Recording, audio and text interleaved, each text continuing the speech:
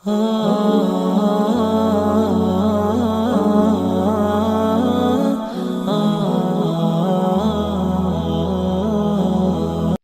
لله نحمده ونستعينه ونستغفره ونؤمن به ونتوكل عليه ونعوذ بالله من شرور أنفسنا ومن سيئات أعمالنا من يهد الله فلا مضل له ومن يضلل فلا هادي له نشهد أن لا إله إلا الله وحده لا شريك له ونشهد أن سيدنا ونبينا ومولانا محمدا عبده ورسوله صلى الله تعالى عليه وعلى آله وأصحابه وأتباعه وأزواجه وذرياته وبارك وسلم تسليما كثيرا كثيرا أما بعد قابل احترام بزرگوں، عزیز دوستوں اور ساتھیوں، شعبان کے اس مہینے میں جو 15ویں رات ہے، لیلۃ البراءہ، شب براءت، وہ آنے والی ہے۔ رسول اللہ صلی اللہ علیہ وسلم سے اس رات کی فضیلت منقول ہے۔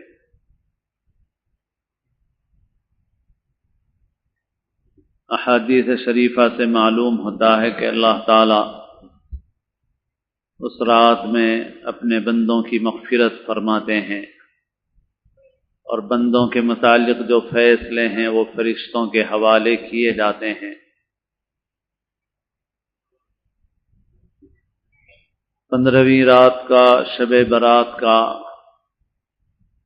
ذکر احادیث میں ملتا ہے۔ 10 صحابہ کرام سے زیادہ سے اس کی روایتیں منقول ہیں۔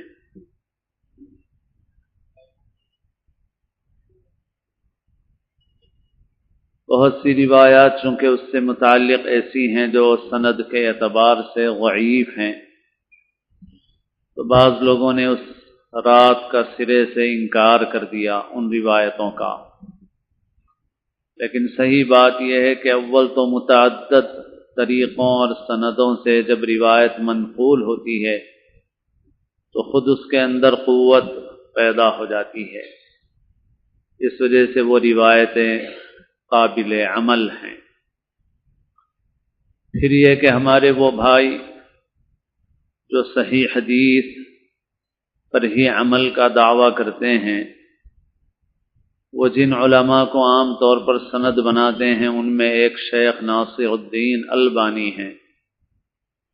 شب برات سے متعلق بعض روایات کی صحت کو انہوں نے تسلیم کیا ہے، ان روایتوں کو صحیح مانا ہے، معتبر مانا ہے۔ اس وجہ سے شب برات سے متعلق یہ نہیں کہا جا سکتا کہ کسی درجے میں اس کا کوئی ثبوت نہیں ہے، اس کا ثبوت ہے۔ اس وجہ سے اس رات میں جس قدر ہو سکے عبادت کا اہتمام کرنا چاہیے۔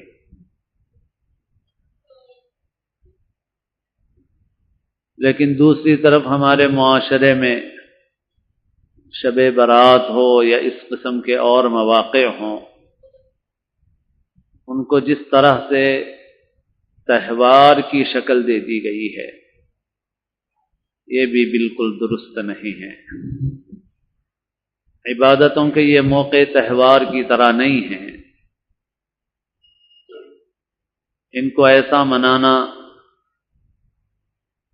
کہ یہ کوئی تہوار معلوم ہو، احکام شرعیہ کا لحاظ نہ ہو، سڑکوں پر تماشے کیے جائیں، یہ بالکل غلط بات ہے، اس کا دین سے کوئی تعلق نہیں ہے۔ گزشتہ معراج کے موقع پر بھی ذکر کیا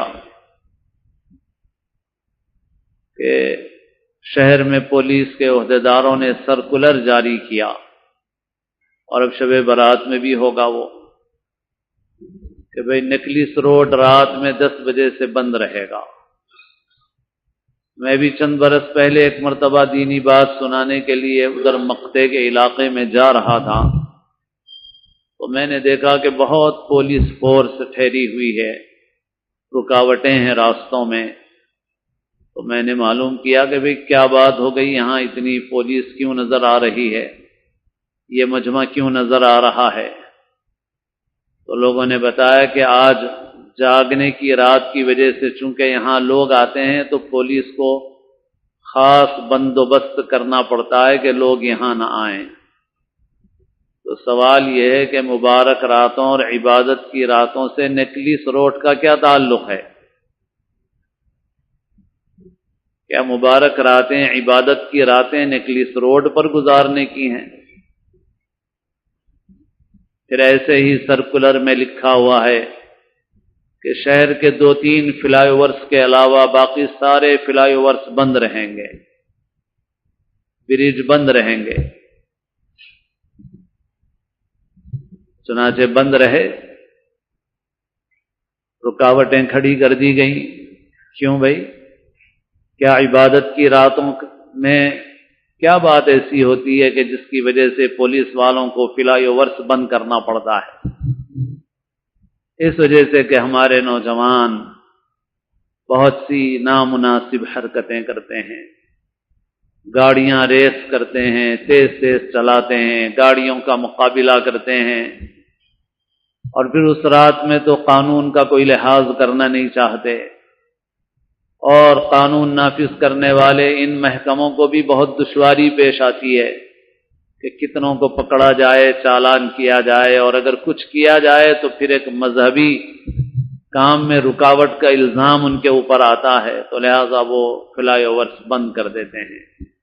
بتائیے آپ، یہ دین کو کیا بدنام کرنے والی بات نہیں ہے؟ دین کو بدنام کرنے والی بات ہے۔ ایسی چیزوں سے پرہیز کرنا ضروری ہے۔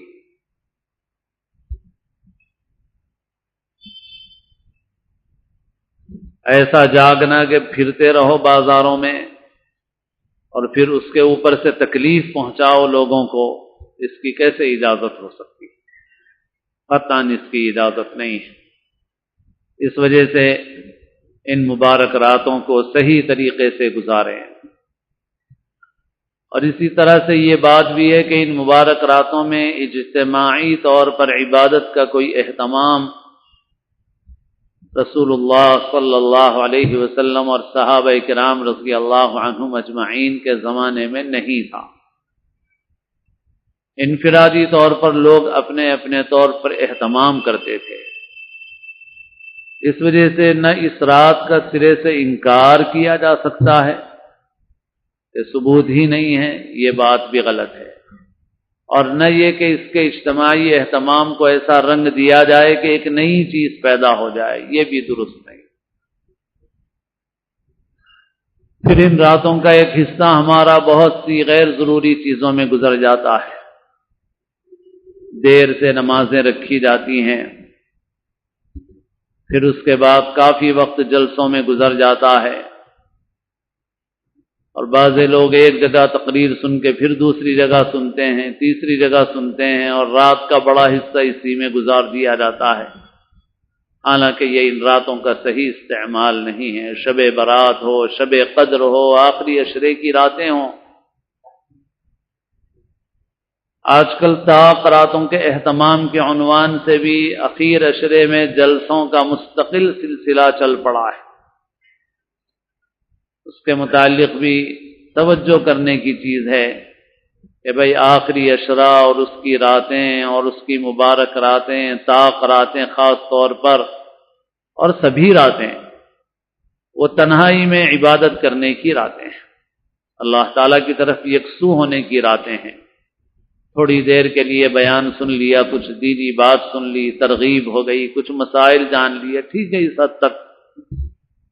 باقی یہ ہے کہ رات کا بڑا حصہ اسی میں گزر جائے، یہ کوئی مناسب نہیں ہے۔ اس وجہ سے جہاں ایسا ہو رہا ہے وہاں ہم دیکھ رہے ہیں کہ تراویح ہونے تک ایک وقت ہوتا ہے، پھر اس کے بعد لوگ چائے پینے میں آدھا ایک گھنٹہ گزار دیتے ہیں، پھر اس کے بعد جلسہ ہوتا ہے اور پھر اتنے میں وقت اتنا کم ہو جاتا ہے کہ 1-2 گھنٹے مشکل سے رہ جاتے ہیں۔ تو یہ وقت تو ایسا ہے کہ اس کو آدمی عبادت میں گزارے، یکسوئی کے ساتھ اللہ تعالی کی طرف توجہ اختیار کرے، بجائے اس کے ان چیزوں میں وقت صرف ہو جاتا ہے۔ بعض جگہوں پر اگر کسی مصلحت سے سلسلہ چل رہا ہے تو ٹھیک ہے، اس کو وہیں تک رہنے دو، اب دیکھا دیکھی سب شروع کر رہے ہیں اور اس کے نتیجے میں جلسے بس یہی تقریریں، اسی کے اندر وقت کا بڑا حصہ گزر جاتا ہے، ایسا مناسب نہیں ہے۔ تو بہرحال یہ کہ اس آنے والے موقع کو صحیح طریقے سے گزاریں۔ 15ویں شعبان کا روزہ بھی ہے، اس میں اختلاف بھی ہے، بعض اس کے ثبوت کے قائل ہیں، بعض نہیں ہیں، روایات اس سلسلے میں ضعیف ہیں، لیکن 13، 14، 15 ان 3 تاریخوں میں چاند کی روزہ رکھنا رسول اللہ صلی اللہ علیہ وسلم کا معمول تھا۔ یہ ایام بیض کہلاتے ہیں، ہر مہینے میں چاند کی 13، 14، 15 کو رسول اللہ صلی اللہ علیہ وسلم نفل روزہ رکھتے تھے، اور شعبان میں کثرت سے روزے رکھنے کا بھی معمول تھا آپ صلی اللہ علیہ وسلم کا۔ اس وجہ سے چاہیں تو 3 دن کے روزے رکھ لیں، 13، 14، 15 3 دن روزے رکھ سکتے ہیں، ایام بیض کی نیت کر لیں، اس میں شعبان کے روزوں کی نیت کر لیں کہ رسول اللہ صلی اللہ علیہ وسلم روزہ رکھنے کا اہتمام فرماتے تھے، اور اگر کوئی صرف 15ویں تاریخ کا بھی روزہ رکھ لے تب بھی کوئی حرج کی بات نہیں ہے، رکھ لے، ایک ہی روزہ رکھ لے۔ بہت سے لوگ یہ سوال کرتے ہیں کہ روزہ کیا ایک رکھ سکتے ہیں یا 2 رکھنا پڑے گا؟ ایسا کوئی مسئلہ نہیں ہے، صرف محرم میں عاشورہ کے متعلق یہ حکم ہے کہ بھئی اگر 10 تاریخ کا روزہ رکھنا ہے تو آگے پیچھے ایک دن کا اور روزہ رکھو، 9، 10 یا 10، 11، باقی اس کے علاوہ اور کسی جگہ ایسی پابندی نہیں ہے۔ اس وجہ سے اگر کوئی 14 کا نہ رکھ سکے اور صرف 15 کا رکھنا چاہے تو صرف 15 کا بھی روزہ رکھ سکتا ہے، اور باقی رکھنا چاہے تو 3 دن کے 13، 14، 15 کے روزے رکھ لے ایام بیض کی نیت سے، اور چاہے تو ایک روزہ رکھ لے 15ویں شعبان کا۔ ایسے ہی شب برات کے متعلق پرانے لوگوں میں یہ تھا کہ اس کو بڑوں کی عید کہا جاتا تھا، اور غالباً اس وجہ سے ایسا نام پڑا ہوگا کہ حدیثوں میں یہ ہے کہ اللہ تعالیٰ اس رات کے اندر بے شمار بندوں کی مغفرت فرماتے ہیں۔ حدیث میں جیسے ہے کہ بنو کلب کی بکریوں کے بالوں کے برابر بندوں کی اللہ تعالیٰ مغفرت فرماتے ہیں، تو اس وجہ سے چونکہ ان کی مغفرت اور معافی ہوتی ہے، اس وجہ سے شاید ایسا نام پڑا۔ لیکن اس کی وجہ سے بعض چیزیں ایسی ہیں جو ہم نے اپنے طور پر بنا لی ہیں، دین میں اس کا کوئی تذکرہ نہیں ہے، کوئی ثبوت نہیں ہے۔ مثلا یہ ہے کہ اس رات میں روحیں گھر آتی ہیں، اس کا کوئی ثبوت نہیں ہے، کسی روایت سے ایسا نہیں معلوم ہوتا کہ 15ویں رات میں روحیں گھر آتی ہوں، ایسا نہیں ہے کسی روایت میں۔ اب رہا مسئلہ یہ کہ کیا روحیں آ سکتی ہیں؟ جی ہاں، جب اللہ تعالیٰ چاہیں تو روحیں آ سکتی ہیں، اور نہیں چاہتے ہیں تو نہیں آ سکتی ہیں، اور اللہ تعالیٰ چاہتے ہیں تو مردے کو سنا بھی دیتے ہیں، اور جب نہیں چاہتے تو نہیں سناتے۔ اس میں نیک و بد کی بھی کوئی تفریق نہیں ہے، اللہ تعالیٰ کی مشیت اور اس کے حکم پر منحصر ہے۔ اللہ تعالیٰ جب چاہتے ہیں تو مردوں کو سنا بھی دیتے ہیں، نہیں چاہتے ہیں تو نہیں سناتے ہیں۔ روحیں اللہ چاہتے ہیں تو آ سکتی ہیں، اللہ تعالیٰ نہیں چاہتے نہیں آ سکتی، مگر ہمارے پاس کوئی ذریعہ نہیں ہے جس کے متعلق ہم قطعیت کے ساتھ بول سکیں کہ صاحب آ سکتی ہیں اور فلاں ہے۔ جو بات ہم بولیں گے وہی بولیں گے جس کا ثبوت ہوگا، جس کا ثبوت نہیں ہوگا وہ بات ہم نہیں کہیں گے۔ اس وجہ سے جو اس طرح کی بات پھیلی ہوئی ہے یہ بے سند اور بے بنیاد بات ہے۔ باقی اپنے بڑوں اور بزرگوں کے لیے ایصال ثواب اس وقت بھی کیا جا سکتا ہے، کسی اور وقت بھی کیا جا سکتا ہے، ایصال ثواب کے لیے کوئی پابندی نہیں ہے۔ ایصال ثواب حق ہے، آپ کھانا کھلائیں غریبوں کو، ضرورت مندوں کو، مستحقین کو، اور اس کا ایصال ثواب کر دیں، کوئی حرج کی، صحیح ہے، بالکل اہل سنت کے پاس قرآن پاک پڑھیں اور ایصال ثواب کریں، صدقہ کریں اور ایصال ثواب کریں، یہ سب باتیں درست ہیں۔ لیکن کچھ چیزیں ایسی ہیں جو ہم لوگوں نے اپنی طرف سے بنا لی ہیں۔ مثلا یہ ہے کہ صاحب روحیں آتی ہیں اور وہ کھاتے ہیں، اور جب تک ایصال ثواب نہ کیا جائے اگر وہ کھا لیا جائے تو جھوٹا ہو جاتا ہے۔ جو بات دین میں ہو وہ اپنی طرف سے نہ ہو، بھئی دین میں ہے تو ٹھیک ہے، نہیں ہے تو اپنی طرف سے نہیں بنانا۔ تو لہذا ہم اگر اس سے پہلے کھا لیں گے تو کھانا جھوٹا ہو جائے گا، ایسی کوئی چیز نہیں ہے، یہ سب اپنی طرف سے بنائی ہوئی بات ہے۔ ایسے ہی اب تو خیر الحمدللہ بڑی حد تک کمی ہو گئی ہے ان چیزوں کے اندر، کہ پہلے گھروں کے باہر پنتیاں لگائی جاتی تھیں، دیپ روشن کیے جاتے تھے اس میں، اور بڑی حد تک دیوالی کی مشابہت ہو جاتی تھی۔ اب تو خیر الحمدللہ بہت کمی ہے الحمدللہ۔ اور پھر اس میں بھی یہ سمجھا جاتا تھا کہ بھئی روحیں آتی ہیں لہذا روشنی کرنا چاہیے، چراغ جلانا چاہیے۔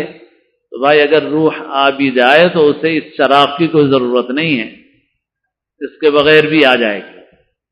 آپ کو جس چراغ کی حاجت ہے اس کو اس چراغ کی ضرورت نہیں ہے۔ تو اس وجہ سے یہ ایسی ہی چیز ہے جو بنا لی گئی ہے۔ پٹاخے چھوڑنے کا آپ کہیں کہیں ہے، بالکل غلط چیز ہے، ظاہر ہے کہ اس کا غلط ہونا بالکل واضح ہے کہ ان چیزوں کا ہمارے دین سے کوئی تعلق نہیں ہے۔ ایصال ثواب حق ہے، مگر اس کے لیے کوئی خاص طریقہ اپنی طرف سے متعین کرنا یہ درست نہیں ہے۔ آپ غربا فقراء مساکین کو کھلائیے اور اللہ سے دعا کیجئے کہ اللہ اس کا ثواب فلاں کو پہنچا دے، بس یہ صحیح طریقہ ہے، اتنا کافی ہے۔ اس کے علاوہ اور باقی غیر ضروری چیزیں ان سے پرہیز اور ان سے اجتناب کرنا چاہیے۔ تو بہرحال یہ کہ ان باتوں کا لحاظ رکھیں، اور جو سب سے اہم چیز ہے وہ یہ ہے کہ شب برات ہو یا اس کے بعد رمضان کا مبارک مہینہ ہو، اس کی راتیں ہوں، آدمی کو تنہائی میں یکسوئی کے ساتھ اللہ تعالیٰ کی طرف متوجہ ہونا چاہیے، ذکر میں، دعا میں، تلاوت میں مشغول ہونا چاہیے آدمی کو۔ شب برات کے موقع پر ایک دعا بھی ایک روایت میں منقول ہے کہ رسول اللہ صلی اللہ علیہ وسلم کو یہ دعا فرماتے ہوئے، غالباً حضرت عائشہ کی روایت ہے، حضرت عائشہ رضی اللہ عنہا فرماتی ہیں کہ میں نے حضور کو ان کلمات کے ساتھ دعا کرتے ہوئے سنا: اللہم انی اعوذ برضاک من سخطک وبمعافاتک من عقوبتک وَأَعُوذُ بِكَ مِنْكَ لَا أُحْصِي ثَنَاءً عَلَيْكَ أَنْتَ كَمَا أَثْنَيْتَ عَلَى نَفْسِكَ۔ اے اللہ میں آپ کی رضا کی پناہ لیتا ہوں آپ کی ناراضگی سے۔ آپ کی ناراضگی سے بچ کے کہاں جا سکتا ہوں سوائے آپ کی رضا کے، کہیں اور میرے لیے جائے پناہ نہیں ہے، نہ کہیں جہاں میں امان ملی، جو امان ملی تو کہاں ملی میرے جرم ہائے سیاہ کو تیرے عفو بندہ نواز میں۔ آپ کے سوا کوئی اور پناہ کی جگہ نہیں ہے۔ اعوذ برضاک من سخطک، آپ کی ناراضگی سے پناہ لیتے ہوئے آپ کی رضا کی چھاؤں میں آتا ہوں۔ وبعفوک وبمعافاتک من عقوبتک، آپ کی سزا اور پکڑ سے بچنے کے لیے آپ ہی کے دامن عفو میں پناہ لیتا ہوں۔ واعوذ بک منک لا احصی ثناء علیک انت کما اثنیت علی نفسک، اور آپ کی پکڑ سے بچنے کے لیے آپ ہی کی پناہ لیتا ہوں، آپ کی ثنا میں نہیں کر سکتا، تعریف نہیں کر سکتا، میں اس کی طاقت نہیں رکھتا۔ انت کما اثنیت علی نفسک، آپ ویسے ہیں جیسے آپ نے اپنی ثنا فرمائی ہے، آپ کی حمد و ثنا میری طاقت سے باہر ہے۔ ان کلمات کے ساتھ حضور دعا فرما رہے تھے۔ ہو سکے تو آدمی ان کلمات کو محفوظ کر لے۔ جو مسنون اور معصور دعائیں ہیں ان دعاؤں کا مختلف موقعوں پر اہتمام کرنا چاہیے۔ اس قسم کی دعائیں محفوظ ہو جائیں، اس کے لیے دعاؤں کا کوئی مجموعہ جیسے الحزب الاعظم یا مناجات مقبول، اگر آدمی اس کو پڑھنے کا معمول رکھے تو بہت ساری اس قسم کی دعائیں آدمی کو یاد ہو جائیں گی، اور یہ دعائیں جو رسول اللہ صلی اللہ علیہ وسلم کی زبان مبارک سے نکلی ہوئی ہیں اپنے اندر بہت نور اور بہت تاثیر رکھتی ہیں۔ اس وجہ سے ان مسنون اور معصور دعاؤں کا اہتمام کرنا چاہیے، اور آنے والے مبارک مہینے رمضان المبارک کی تیاری کرنا چاہیے ابھی سے۔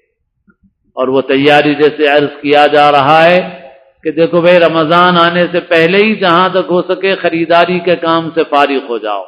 اور رمضان کا مبارک مہینہ بازاروں کا مہینہ نہیں ہے، عبادت کا مہینہ ہے، اس وجہ سے اس کو عبادت میں گزارنے کے لیے ابھی سے تیاری، فکر اور کوشش کرنا چاہیے۔ رسول اللہ صلی اللہ علیہ وسلم رمضان کا ایسا ہی اہتمام فرماتے تھے اور دعا فرماتے تھے کہ اے اللہ رجب شعبان میں برکت دے کر رمضان تک پہنچائیے۔ ہم سب کو بھی اللہ تعالیٰ سے مانگنا چاہیے، اس لیے کہ کسی کی عمر کا کوئی بھروسہ اور گارنٹی نہیں ہے۔ ہم میں سے ہر ایک فکر کرے، دعا مانگے کہ اے اللہ ہماری عمروں میں برکت عطا فرما اور ہمیں رمضان کا مبارک مہینہ نصیب فرما، مقبول رمضان اللہ تعالیٰ اپنے کرم سے ہمیں نصیب فرمائے، رمضان نصیب فرمائے، رمضان کی قدردانی کی توفیق نصیب فرمائے، اپنی مغفرت و رحمت سے سرفراز فرمائے۔ اللہ تعالی ہم سب کو اسلام کی زندگی اور اپنے اپنے وقت پر حسن خاتمہ نصیب فرمائے۔